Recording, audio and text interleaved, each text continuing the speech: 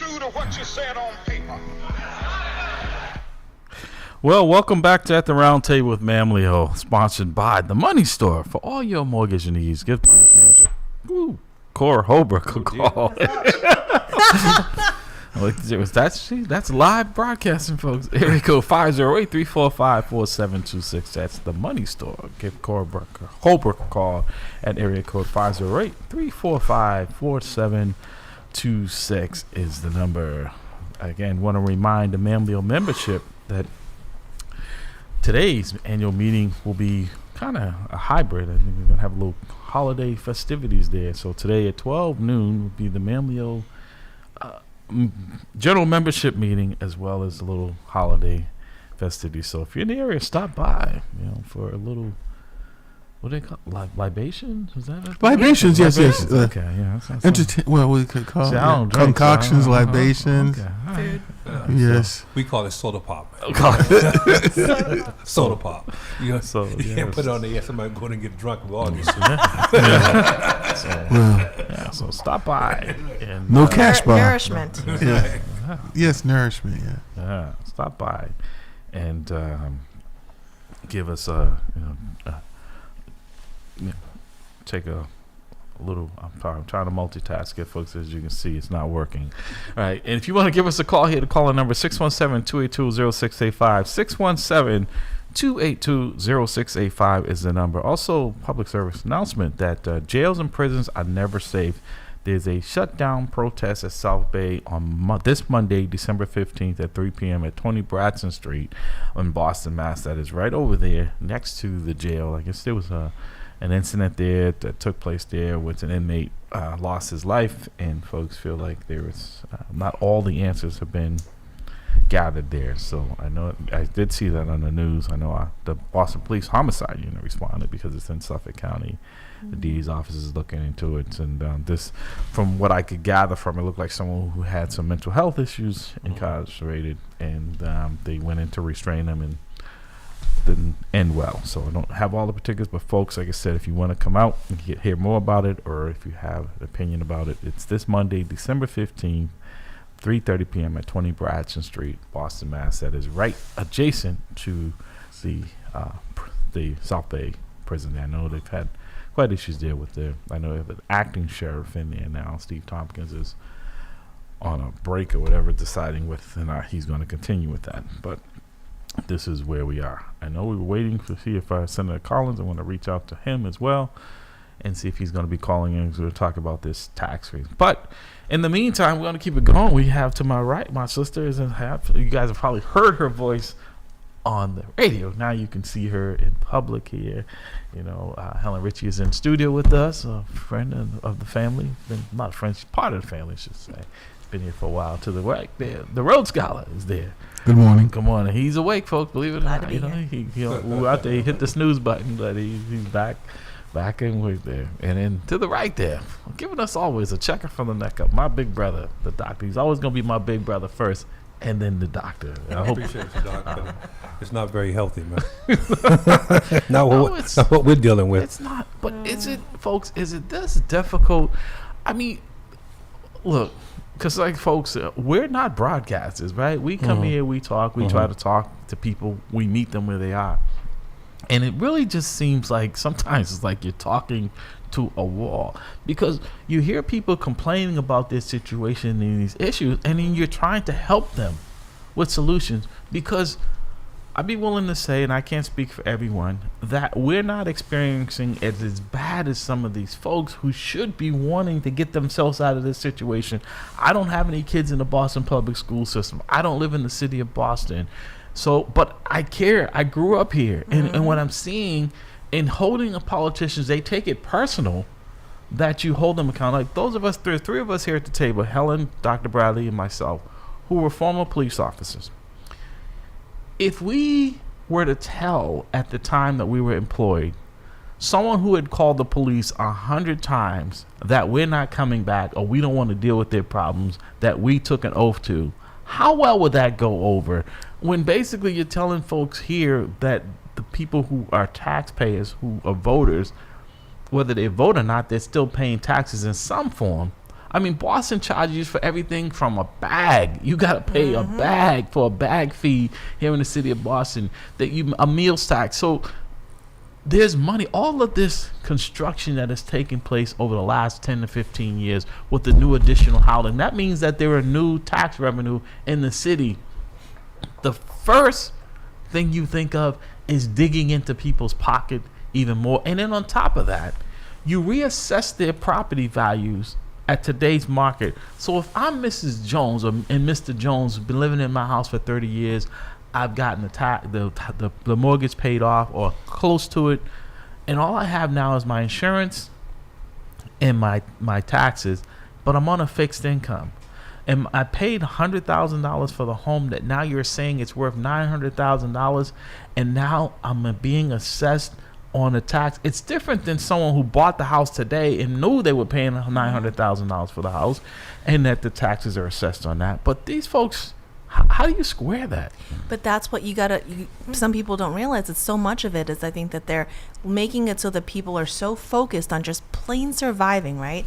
Back to the whole Maslow's hierarchy of needs. If you're so focused on just plain surviving, right? Food on the table, heat in your home, roof over your head, then where does that give you space, whether it be physically, emotionally, or mentally, to be civically engaged? To be involved in your community, to even have the energy to know what's going on.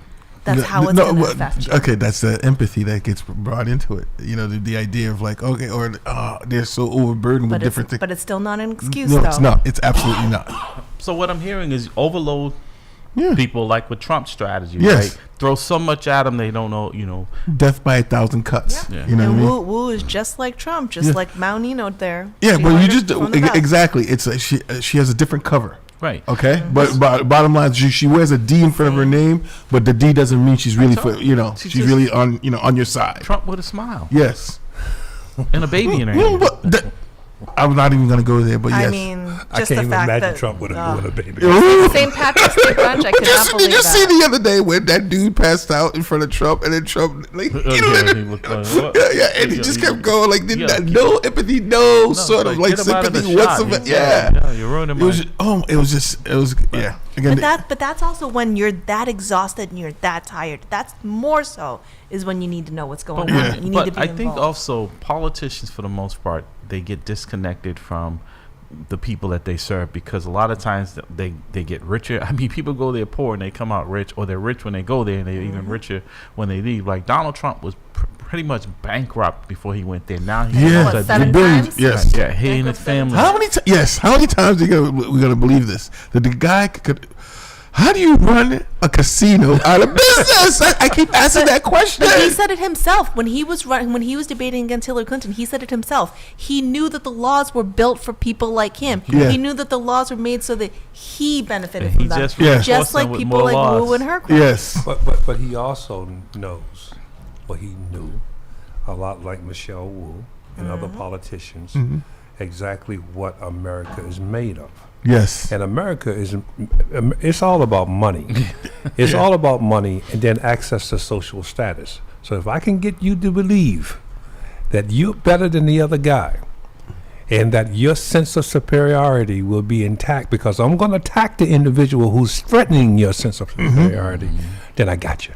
Yeah. And then I can do anything I want to do. Yeah, like I'll sit there and rob you, because you're focusing on yelling at them. Like, that's their fault, blaming them. And I'm sitting here robbing your pockets while you're pointing your finger at them. So she has learned the game. Yeah. And oh, by the way, it doesn't matter if you have a D or an R in front of your name, or even an I. Yeah. If you're playing that game of divide and conquer, then there's a high likelihood in America of politics you're going to be very successful. Yes. Yeah, and she learned from probably some of we look at where she came in, right? Yeah. She came in. Most people don't realize or know. She came in around a time when Menino needed someone, where he had to bring in Michelle Wu as an intern into his administration. He needed someone to be cover for him, to show that, hey, I'm not racist, or I'm not sexist against people that look like me, right? Brought in Michelle Wu as an intern. Originally, she even said herself, she was a Republican when she started over at Harvard. Then she goes into Menino's administration, learns from Menino, maybe learns from Warren as well, plays the long game, and look where all of that has brought us, right? Where she's slowly been destroying the city with all that she's learned. So there's some things that we have to do as citizens.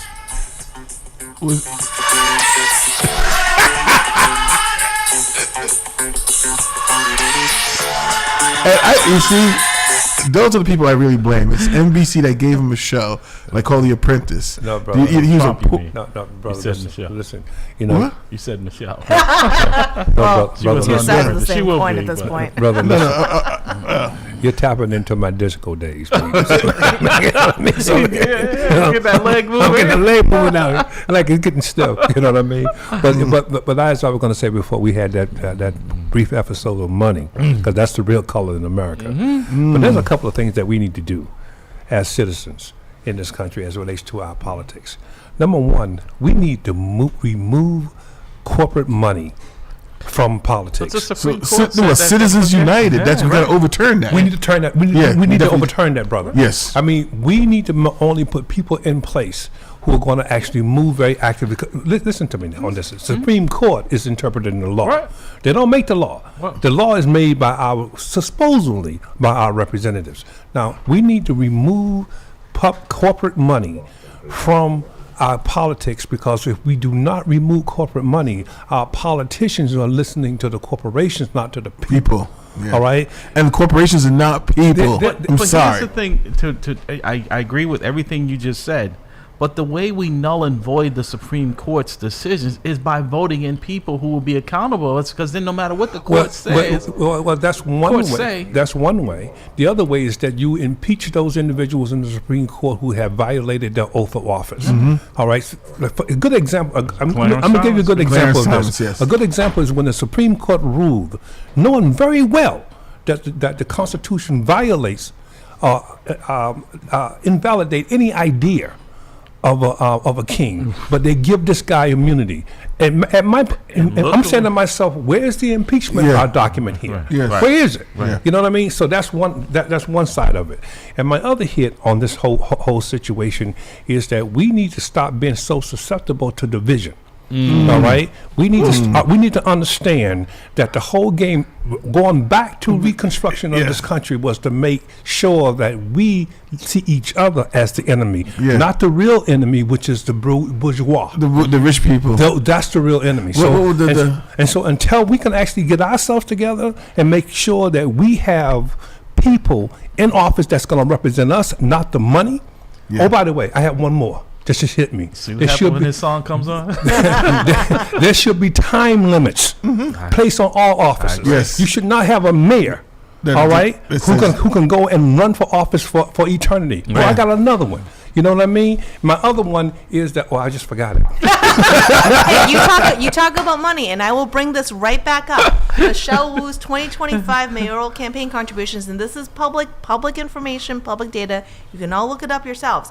We got a question. How does nearly $500,000 comes from those who are not employed? That's it. Then you have about $250,000 come from those in management. Then you have almost $200,000 come from legal, right? Legal careers. Yeah. So you look at that distribution. Something doesn't smell right here. You Doesn't follow the Frances money. Smith say? You follow the money. She just got my other one. My other one is you should not be able to make investments in any corporation when you're regulating it. That's Yeah, when no, you're if you deciding whether or not yes. they go online, right? You can buy That's stock it. or your Yeah, family. that's I it. agree. Let's We see should have that rule for city council. City councils maybe. should not be able to do it. Yes. No. Let's, I'm just saying. Well, that's I like again. those That's how you keep suggestions. money out of politics. all right, let's see what the caller has to say. Good morning, caller. Welcome to the roundtable. Caller, you there? Eagles Academy. Oh, yes, T. Michael. How are you? Always good to hear from you. Yeah, I know. We had the lines tied I'm up in in the the fight, 7 man. o'clock I'm in hour. the fight. It's quite a fight. So, T. Michael, so here's Yes, the it thing. I think this segues perfectly with you, right?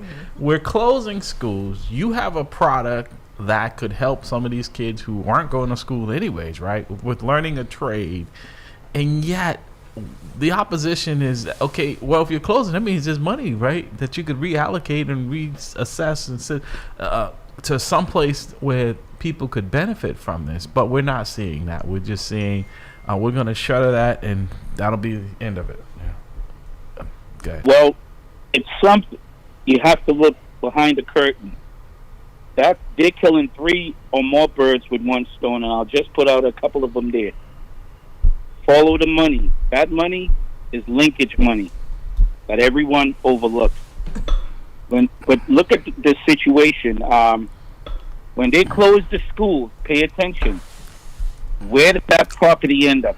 Mm-hmm. Into certain developers' hands. Very good. I already said that. Right. I already said that. And at the same time, they rebuilt new schools. Look at the demographic that get those jobs, those construction jobs. When Judge Harris and I, God rest his soul, went after a building on Quincy Street, the old machine shop next to the Pearl Building, they told us that the land was contaminated, that we couldn't have the trade school there.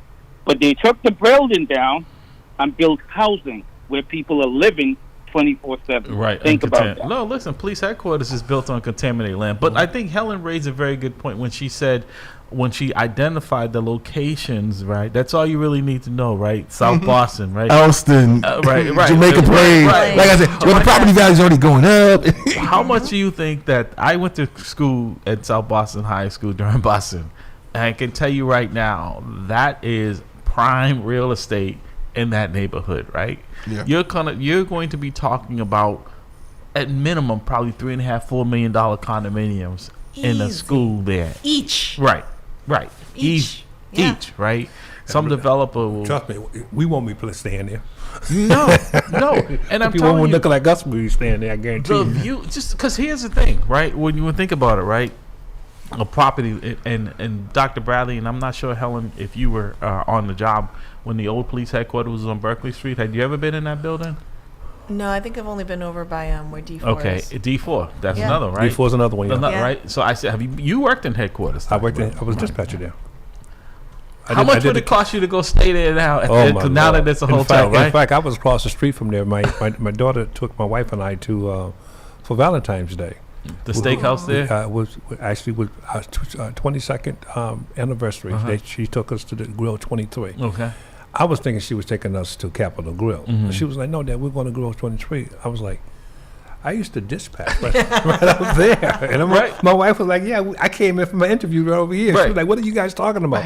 That's a top of the line hotel. That's a 5-star hotel. It costs you $700-800 a night to stay there." To some place you used to work in. And I'm saying, I said to Erica, "You remember the rats that used to fight the birds for the bread?" 7 was just like that. We had the possums fighting the rats, fighting the pigeons. DPW would come. It was the funniest thing. He'd get the possums. He would literally just take them out of the cage and just toss them down the street and then come back again a few weeks later. Well, I had a situation. I was sitting on the front desk in headquarters at 154 Berkeley. I was actually right before Brighton became the chief of police. And you know, I had the camera, so you can actually see what's happening. So this guy walked by. He drops a piece of bread. So the pigeon comes down, and he starts eating the bread. And then other pigeons come down. And so the rat came in and he grabs the bread, and they end up beating up on the rat. The rat runs. This is a true story. The rat runs around the corner and come back with more rats. And the rats start beating up the pigeons, and ultimately the rats won the game.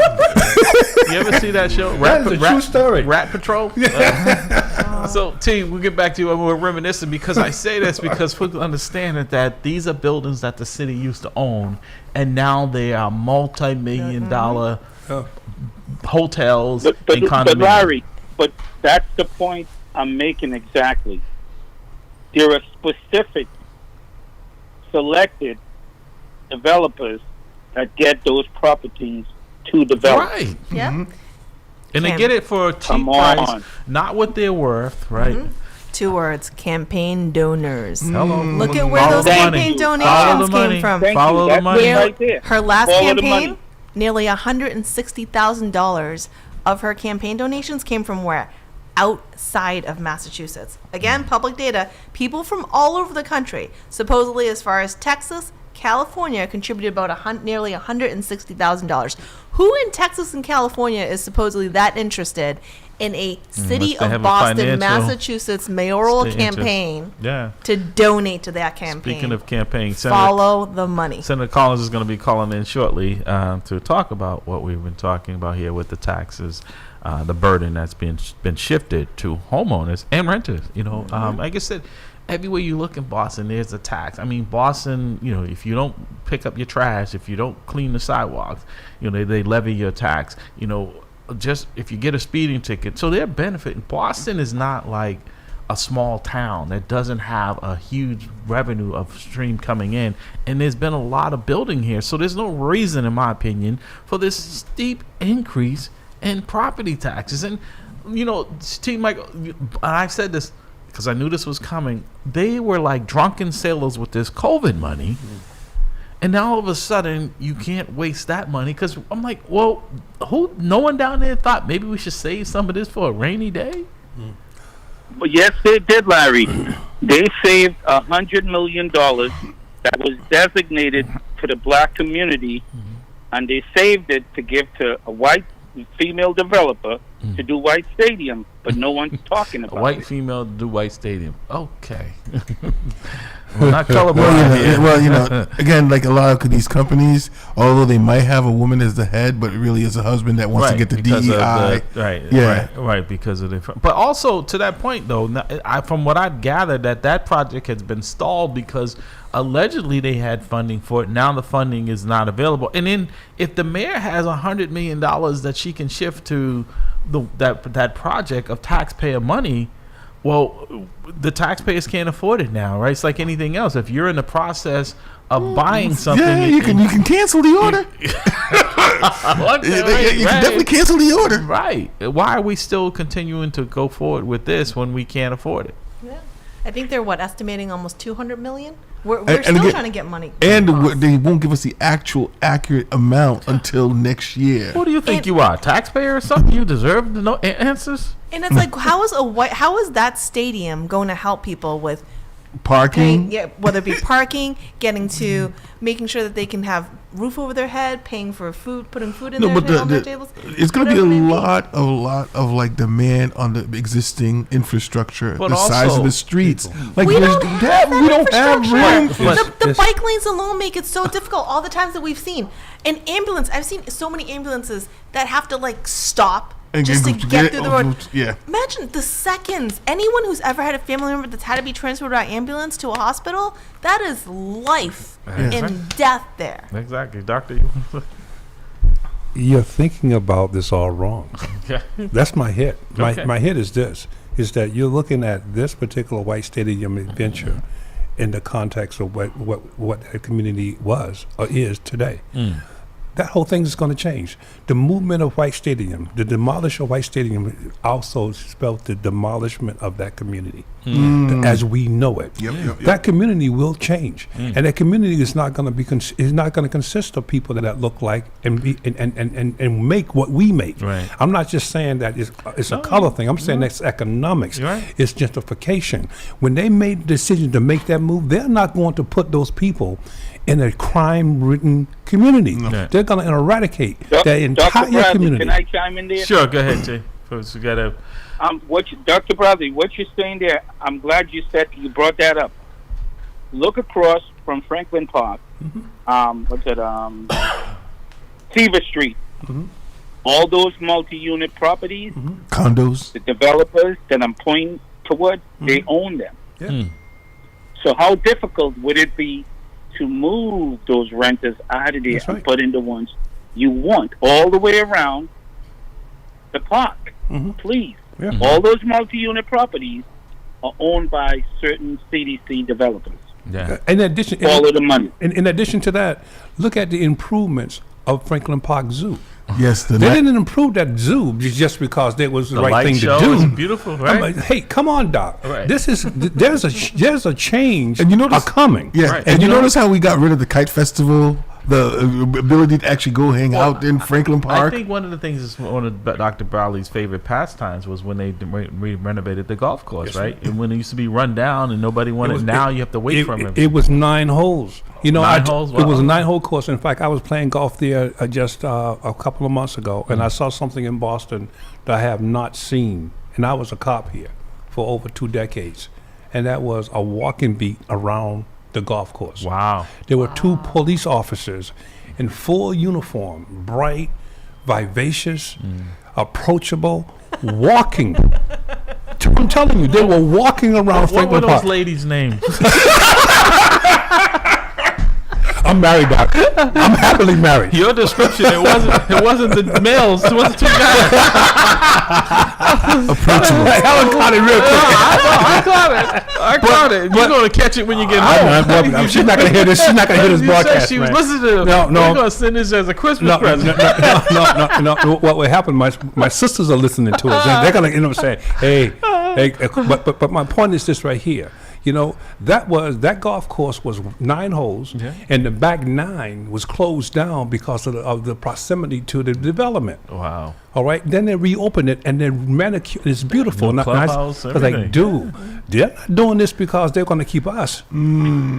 There's a change coming here. One of my ex-partner, Tyrone Camper, was up there. He was a pro up there, and there was they didn't have members, and now there's a waiting list to become a member there. Because the demographics have changed. T, before we let you go, any final comments? For Senator Collins is going to be calling in about 2 minutes. Yeah.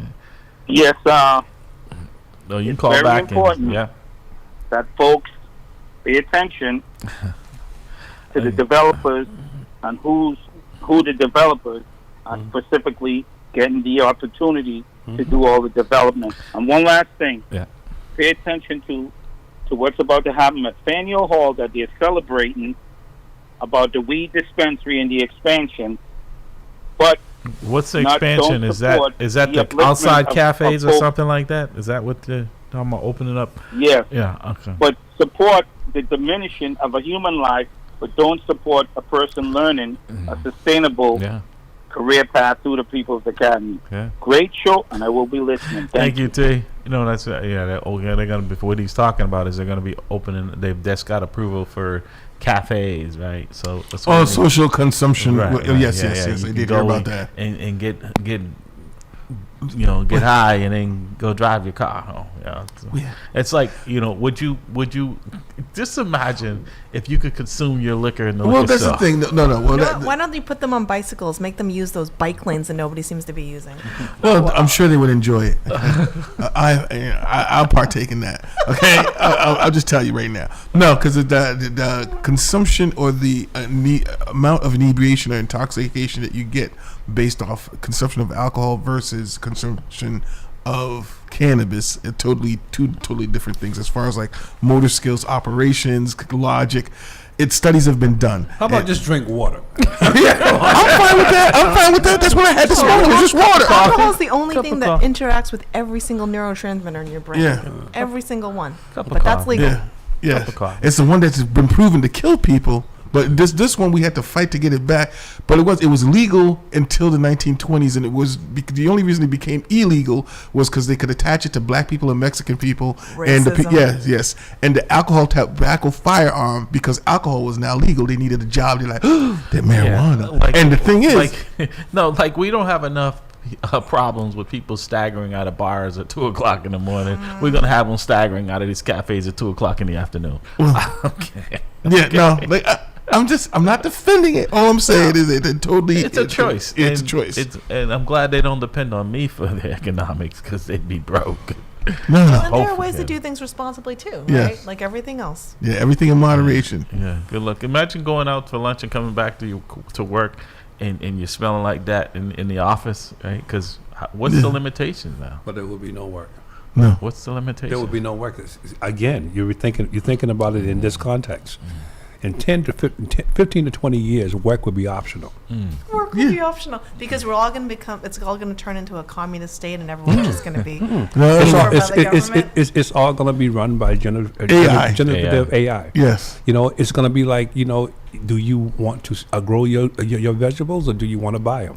Do you want to work, or do you want to actually stay home? Well, do you know that's where we're going. one of the reasons why a lot of people don't grow their own food in the city is because there was a part of city ordinance was like, in order supermarkets to come in, they wanted them to pass laws that says, okay, you can't only have 1 or 2 fruit trees in your home. I got it. Or whatever. But Also space. Yeah, Yes. I got it. But what I'm saying is that we're on this precipice of a change in society. Oh, absolutely. We're at that edge, and at that edge, what we tend to think is that as we move over the cliff, we're going to have the same society that we had before we step forward. Right. And I'm telling you that as we step over that cliff, society is going to change drastically. But we're Well, even seeing the look at- closures of like the Daily Table, which was a healthy food Yes. market, right, in our community. Those were But shut that wasn't down. supported by the community. That's what was sad about that. But I'm saying there's no support from the government as well. But also we were seeing, true.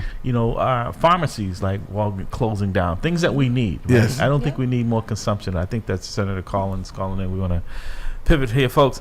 Senator Collins, good morning, sir. How are you? Good morning, Larry. How are you? Good. Hope you're well. Well, you've been cast, you and your colleagues, as the reason why folks here in the city of Boston have this huge tax increase. And let's just say, for full disclosure, I'm sure you're a homeowner, and I'm sure that you didn't vote, you didn't petition to have your own taxes increased in your home No. and with your constituents that you represent. So help explain to folks this myth that the city is somehow blaming the lack of action by the State House as to why they're ramming another tax increase on top of the one from last year on the residents here in the city of Boston. Sure. Thank you, Larry, and thanks for the opportunity to be on your show this morning.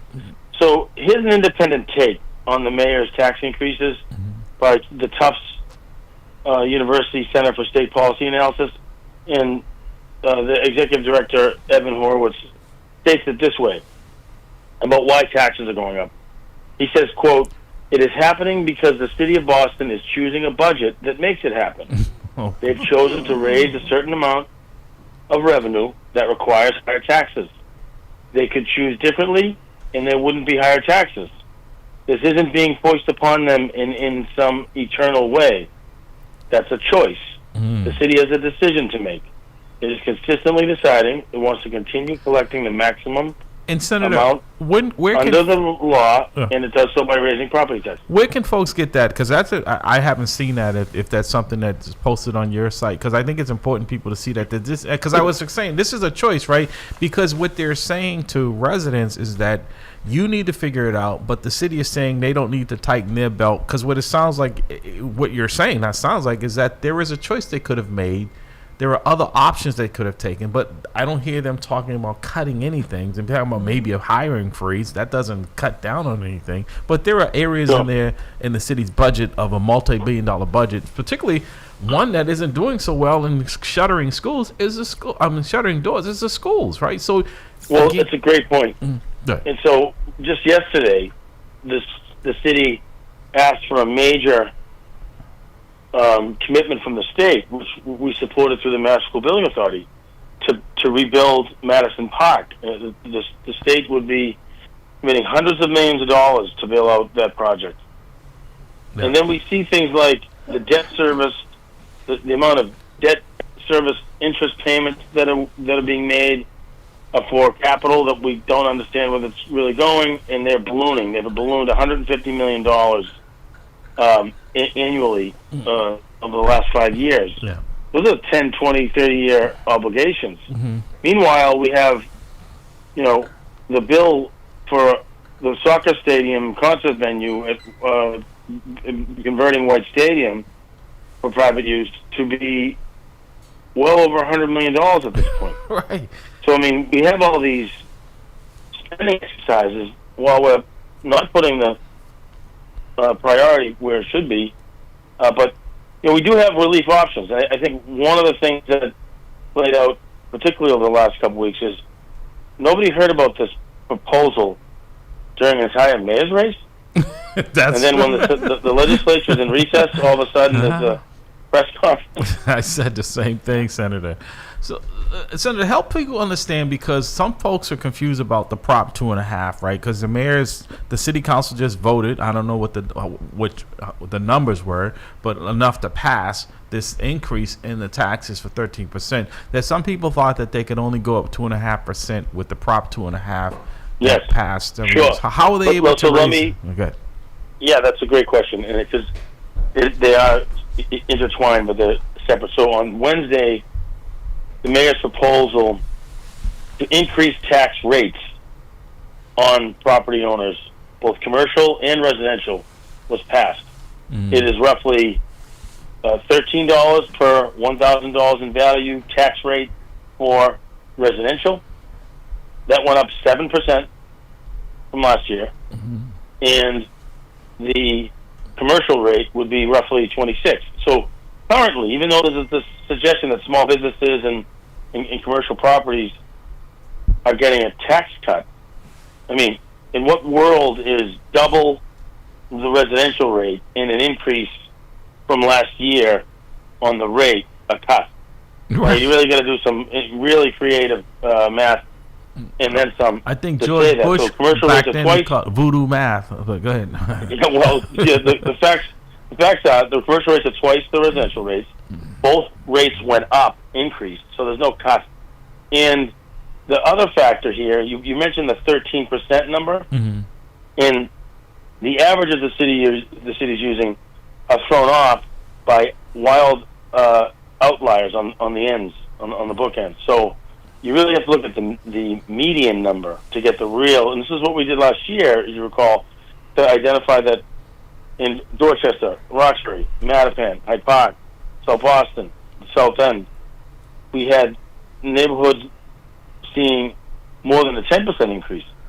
So there's a double tax here that no one votes on, which is the increased valuations that the city's assessing That's department why I'm glad you touched puts on on that. Yeah. people's homes. Can you So explain we're that? actually seeing we're seeing homes actually sold for less than assessed value, which is insane. That never happened before. So it suggests an inflated valuation, which is a hidden tax. It's a double tax that increases people's property bills. That's done by the mayor's office of assessment directly, unilaterally. It's not a vote of anybody. So that is where the 13% comes in. That's a unilateral decision that's up to nobody else but the assessing department. Now, And the they're good thing making is- this retroactive as well, from my understanding. well, it's interesting because they tax on an annual basis, January 1st to December 31st, and then they spend on a fiscal basis, July 1st to June 30th. And they double up on the bills in the first two quarters to draw it in for the fiscal year, even though you're taxing them on the annual. It's really outrageous and unnecessary. But I do want to get to the proposals that we have in the legislature that will address tax relief, but I want to speak to the Prop 2.5 issue. So the mayor and some other mayors across the state want to get rid of Prop 2.5, which is from the 80s, you may recall, was an effort by the citizens at the ballot to limit the ability for municipalities to raise property taxes on the citizenry by more than 2.5% unless they took it to the ballot and got approval from the people. Now, what does that mean? If last year, across the board, with residential and commercial property taxes, the city raised $100, then next year they couldn't raise more than $102.50. And so how they approach that is, if they want to raise to the max, which you do not have to do, which is what the city did here, raising to the max is what raised taxes. Like, there's no questions about it. Yeah, but And so within how is that- that legal sorry. then, Senator? No, how is that legal? Well, if they can raise. Well, it's legal under the law. You can raise it, 2.5% per year. Right, I get in the that. aggregate. Right. It's not legal to go above 2.5% unless you take it to the ballot. Right. But what happens underneath all that, through the commercial and residential properties of the city that are being assessed, two things happen: a valuation gets determined every year, and tax rates. So let's say, for the sake of argument, the city wanted to raise the maximum, which, for the sake of argument, is $102.50. Now, how they do that is they first assign values to homes, Yeah. and they spend all year doing this. It's not like it happened yesterday. Right. And they still haven't released the property level data, so nobody on this call knows how much their property's been valued this year by the city of Boston for next year's taxes. That's totally outrageous that they don't disclose that immediately to people when they're submitting this to the state. So let's say, for the sake of argument, $102.50 is what the tax draw would be. Now, you get that number by establishing valuations and assigning rates to it, unless you find other ways to mitigate that, which we have over time. New growth, which is new housing, new businesses, new revenue on the table that's not pre-existing, is at the lowest it's ever been in a decade. And that's, including the pandemic when we had peaks and valleys. So that tells us something, and that's always insulated the city from having to even have this discussion about raising residential property taxes. Right. So that part is important. In addition, Moody's, which is a rating agency that does analysis for a whole host of entities in city and state government, did an analysis of the city's finances. And it says, because of over time, the taxpayers have been generous to the government of Boston and have what they consider stockpiled surplus funds. They have $500 million, $500 million in the surplus fund, yet we're raising taxes. So last year, if you recall, there was an initiative to put, it may have actually been in the beginning of this year, $110 million, I think it was actually last year, $110 million from the surplus fund to new housing starts for future residents. Not a bad idea. I think we should be able to do the same for existing residents. So my proposal that's before the legislature and is moving through the Senate actually is part of one of, it is, I filed this early on time as a priority. Mayor's bill was filed late. It actually didn't get even referred to the House till after the bill was moved, because inside of the bill the mayor proposed, she had dates certain that, were already expired, so it made the bill irrelevant.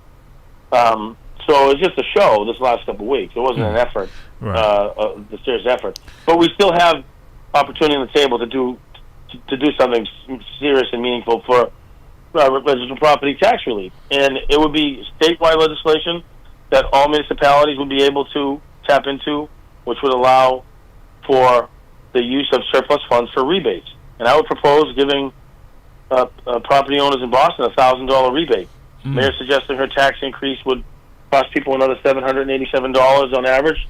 I think people should get $1,000 of their money back for all residential property owners. There's also other bits of legislation. So what is the likelihood of something like that? Also mitigate any increases that people would feel from this tax increase. So what are the likelihood of something of that nature passing? Because it always seems like it gets there, but anytime there's an effort to give money back to taxpayers, it's like, like the state has a cap on how much they can take, and anything excessive of that has to go back.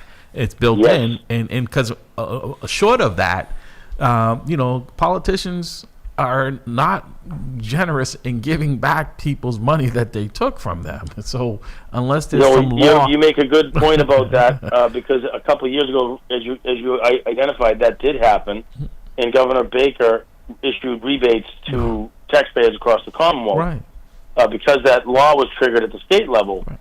And we give the tools for the city right now, as they're saying that they don't have the authority to do that. This legislation would legalize the use of surplus funds for rebates, which people should get and they didn't deserve, and I think they should get it promptly. Another piece of legislation would be that anyone who would see a spike from this new tax increase would get it mitigated by the use of surplus funds. Both of these bills have been elevated to the Senate Committee on Ways and Means, which is the last stop before the Senate floor.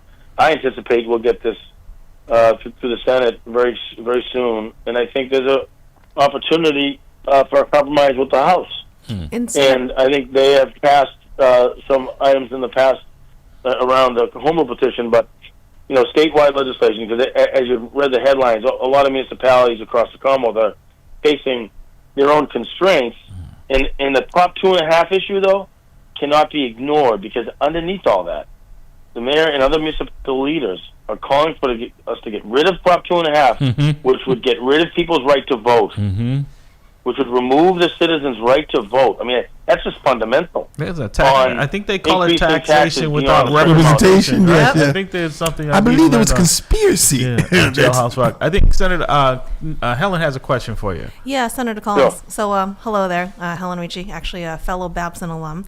So I want to give you a shout out for that. But yeah, actually, one of the things I wanted to ask you, and also for clarification too, is that part of Mayor Michelle Wu's proposal, where she's trying to make it seem like if she was able to raise commercial real estate taxes rates on commercial businesses, that would somehow make it so that there would be either no or very little of a raise Offset. offset of real estate for residential real estate taxes. That's incorrect, correct? Like, our proposal actually would still be a year-over-year increase for real estate, for residential real estate taxes. Yeah, but there's a no temporary relief increase there. for commercial. Right, you're absolutely, exactly. You're absolutely right. So, yeah, there would be, the proposal is a tax shift. So, like, hammer small businesses like Sweet Life or your favorite restaurant on Main Street who are in triple net leases who get the taxes passed down to them.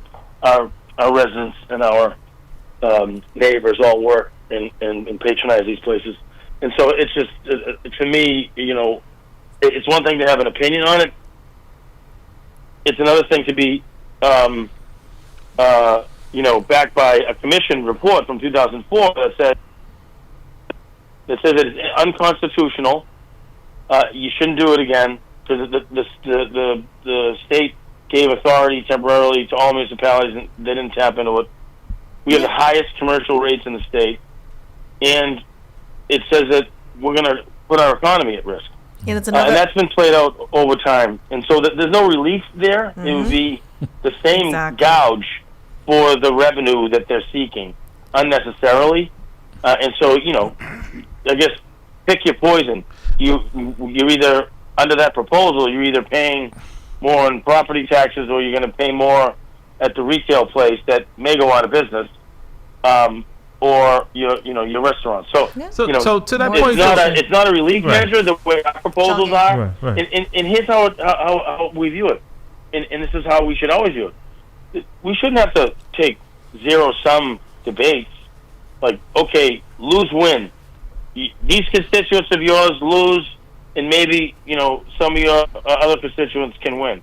We need to find win-wins, and we're not in a situation where we don't have options. Well, and so that option to tap the surplus fund that Moody's is saying is stockpiled is now. And I agree with that. That's what I'm saying, is that because residents don't have a stockpile, they don't have a surplus. People are living on the margins, right? So people are trying to figure out how they're going to pay, because they can't say to the bank, okay, I'm not going to pay my property, because most people, if they have a mortgage, it's escrowed in there, so they're not going to be able to make their mortgage payment. So there's a domino effect that's going to impact people, because if I can't pay that extra $500 I need to pay to the mortgage so they can pay the taxes, I'm going to get behind on the mortgage as well. But also, Senator, to that point, I'm looking at Boston, and to your point you alluded to earlier, we've had a huge increase in construction and housing here, where you had something that might have been a two-family, and all of a sudden there's 39 houses in the same spot, right? So there's been an increase in revenue in the city of Boston, the Seaport, your district, part of your district. Boston is not lacking on money. What they're lacking on is accountability and controlling their spending, because if you've got $500 million in the bank, you don't need my money as a taxpayer. I'm, for full disclosure, I own properties here in Boston, and I have to pass that on to my tenants, because at some point it just doesn't make sense. And now they're pushing for a rent control on top of this. How is a homeowner or a landlord supposed to be able to take care of their properties? And that's the challenge when you're restricting this the way they have proposed. But I think the best way for us to approach it is to cast aside the, phony blame game nonsense that's, juvenile. So who in the state Doesn't would help be accountable, anybody. Senator Collins? Who in the state can we go to that would hold the city accountable for the way that they're managing the finances? And you seem to be one of the few that's willing to take that on, because the city council doesn't. Right now, I've been trying. So let's just talk about this debate that happened last year. Again, silence for a year from City Hall, but last year, and the same thing this year, like calling for the data, calling for data to be released. Why do property owners not know what the city's saying their house is valued at? What does that do? What it does come January 1st is it says, okay, here's your value. We're saying this subjectively, and if you dispute that, you have 30 days to dispute it to start an appeal process. But you're still going to have to pay us on the new rates and the new valuation we subjectively think your property is worth, even if you are appealing that. Yeah, So what's in the end, likelihood of if success? you win the appeal, Right. Yeah. yeah, it's insane. If you win the appeal, then they just They don't put give it you your back money into your credit after so you never get the money back. So what we would put in this legislation as well, what we're pursuing is extending the date for when people can file abatements on overvaluation and pay at the pre-existing valuation because the new one's under dispute.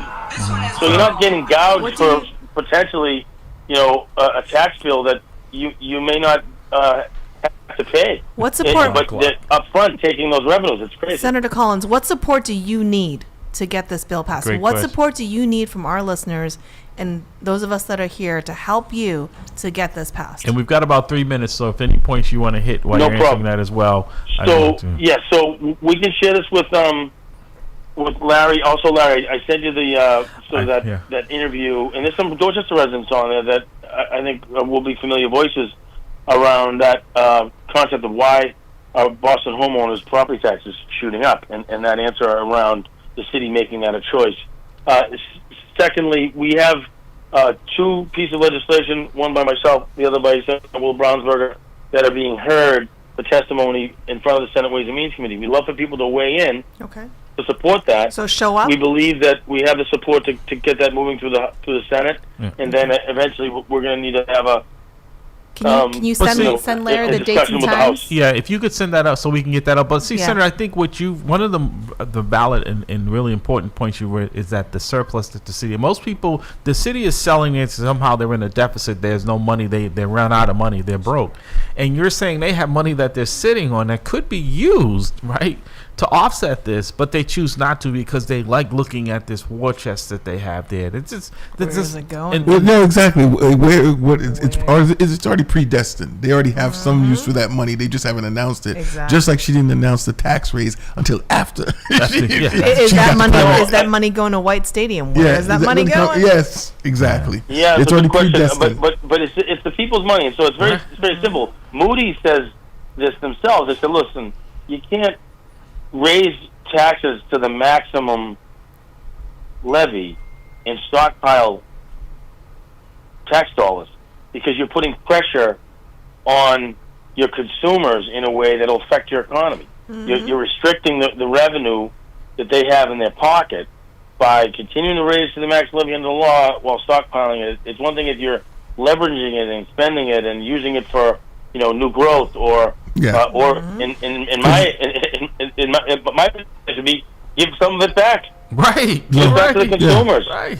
Well, no, and that's the thing too. It's like if you're investing it in the economy, where it's like going to be, where more people are going to benefit from it being used. But again, the fact that it's just sitting there and it's not doing anything, it's counterproductive. Yeah. And as you It could said, go to cost of living adjustments something. for employees to be able to spend is it earning consumer dollars. Is it earning interest where it's sitting? And for the city, not for It the may tax- be, but not what for I the do know taxes. is here's a great point about this too, and this is a factor that we're thinking about with respect to the abatement process. Think about this: they increase your value in inflated sense, and you end up winning an appeal. They have your revenue that they say at this point in time they have to charge you with a new valuation that you're appealing.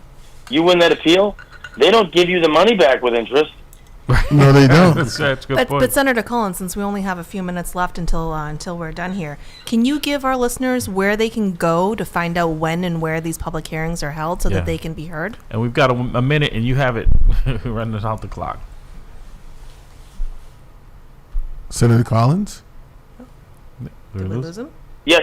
Sorry. Yeah, no. So the bill is S 1935, an act relative to municipal tax relief, and that is available online on the Senate website, in the Mass Legislative website, and you can testify up until the 29th. All right.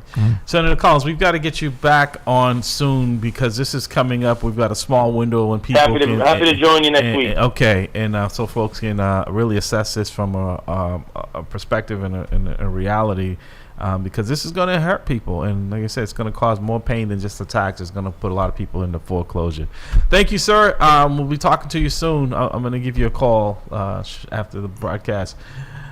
We gotta run. All right, thank you so much. Senator, if you just can send that link to Larry. I And then sent it to you. oh, you already did. All right, Yeah, thank you, send it thank to you. Yeah, we're on top of things. You got it. Absolutely. And you can did it reach while my you were office, taking your nap. 617-722-1150. Thank you, Senator. Thank you. Appreciate it. Hope Thank you and you. your family well. Well, Thank Helen, you. thank you you for all. coming in. You have to do this more often. Hey, It's, definitely. you add a lot to this conversation. Glad to be Rhodes, I see your alarm clock went off over there, so he's over there. We'll see you next week, Senator. Dr. Bradley. Be blessed. What a scam. About the artists coming out in my midst, and the artists that paved the way when I didn't exist. Music's a skyscraper, I'm just trying to add a couple bricks. This is for the dreamers. They say I am a dreamer, 'cause I still believe that anything is possible as long as you work hard. Hustle real hard, hustle real hard, hustle real hard, hustle. So if I never see ya, never get the chance to meet ya. No, I came up from the bottom, always rooting for the underdog. Hustle real hard, hustle real hard, hustle real hard, hustle.